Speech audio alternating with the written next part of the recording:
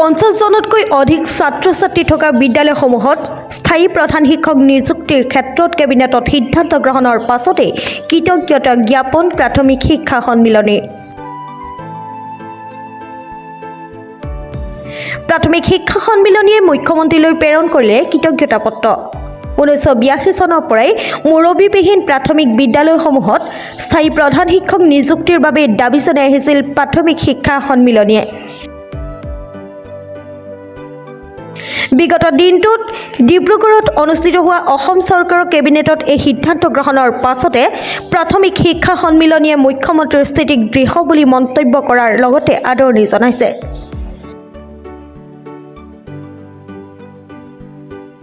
কালি 20 March তাৰিখে ডিব্ৰুগড়ত অসম চৰকাৰৰ কেবিনেট সভা অনুষ্ঠিত হৈছিলে আৰু সেই কেবিনেট সভাত আমাৰ প্ৰাথমিক বিদ্যালয় অসমৰ প্ৰাথমিক বিদ্যালয়বিলাকৰ এটি ভাল খবৰ আমি পাইছোঁ সেই কেবিনেট সভাৰ জৰিয়তে যে 50জন ছাত্ৰ ছাত্ৰী থকা বিদ্যালয়বিলাকত প্ৰধান শিক্ষকৰ পদ সৃষ্টি কৰিব। আমি গৌৰৱান্বিত আৰু অসম চৰকাৰক ধন্যবাদ জ্ঞাপন কৰিছোঁ। 1982 চনৰ পৰা আমি মুৰব্বীহীন প্ৰাথমিক বিদ্যালয়ত মুৰব্বী প্ৰদান কৰিবৰ কাৰণে দাবী জনাই আহিছিলোঁ আৰু যোৱাকালি অসম চৰকাৰৰ কেবিনেট সভাত এইটো সিদ্ধান্ত গ্ৰহণ কৰিছিলে।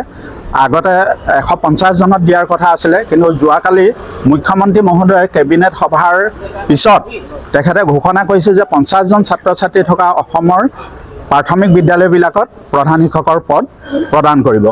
আৰু গতিকে আমি অসম চৰকাৰক ধন্যবাদ জনাইছোঁ, লগতে মুখ্যমন্ত্ৰীৰ যি দৃঢ়স্থিতি যি পদক্ষেপ গ্ৰহণ কৰিলে আমি তাৰ কাৰণে আনন্দিত।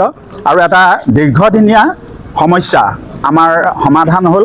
আৰু আমি এটা কথা ক'ব বিচাৰিছোঁ আপোনালোকৰ জৰিয়তে যে প্ৰাদেশিকৃত আইনৰ আধাৰত এখন বিদ্যালয়ক প্ৰাদেশিকীকৰণ কৰাৰ যি আওতা আছে সেই আওতাত আনি পেলাই এই সমস্যাটো স্থায়ী সমাধান কৰিবৰ কাৰণে আমি অসমৰ জনপ্ৰিয় মুখ্যমন্ত্ৰীক অনুৰোধ জনাইছোঁ।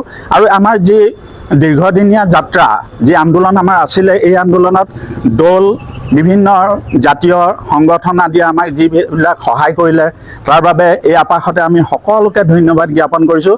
আৰু আজি আমাৰ শিৱসাগৰ প্ৰাথমিক শিক্ষা বিষয়া মহোদয়ৰ কাৰ্যালয়ত আমি এখনি পত্ৰ কৃতজ্ঞতা পত্ৰ অসমৰ মাননীয় মুখ্যমন্ত্ৰী মহোদয়লৈ প্ৰেৰণ কৰিছোঁ আৰু আমি ভাবিছোঁ এইটো আমাৰ স্থায়ী সমাধান হ'ব।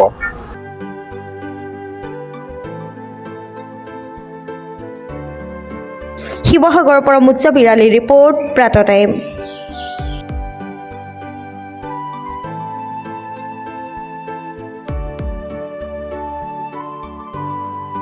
অসমৰ সংবাদ জগতখনৰ বাবে এক সুখৰ খবৰ। আপোচবিহীন ৰাইজৰ কণ্ঠ সাপ্তাহিক কবচ পুনৰ এবাৰ অসমৰ ৰাইজৰ মাজলৈ। স্বত্বাধিকাৰী প্ৰণীতা কলিতাৰ দ্বাৰা প্ৰকাশিত আৰু আপোচবিহীন একাংশ নপুৰণি অভিজ্ঞতাপুষ্ট সাংবাদিকৰ দ্বাৰা প্ৰচাৰিত তথা eco printing press Guwahati Katabari গড়চুকত মুদ্ৰিত সাপ্তাহিক কবচ এতিয়া অসমৰ বিভিন্ন প্ৰান্তত উপলব্ধ।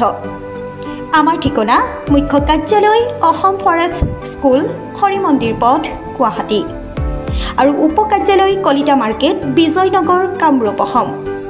মোবাইল নম্বৰ হৈছে 9435114666 70024728813।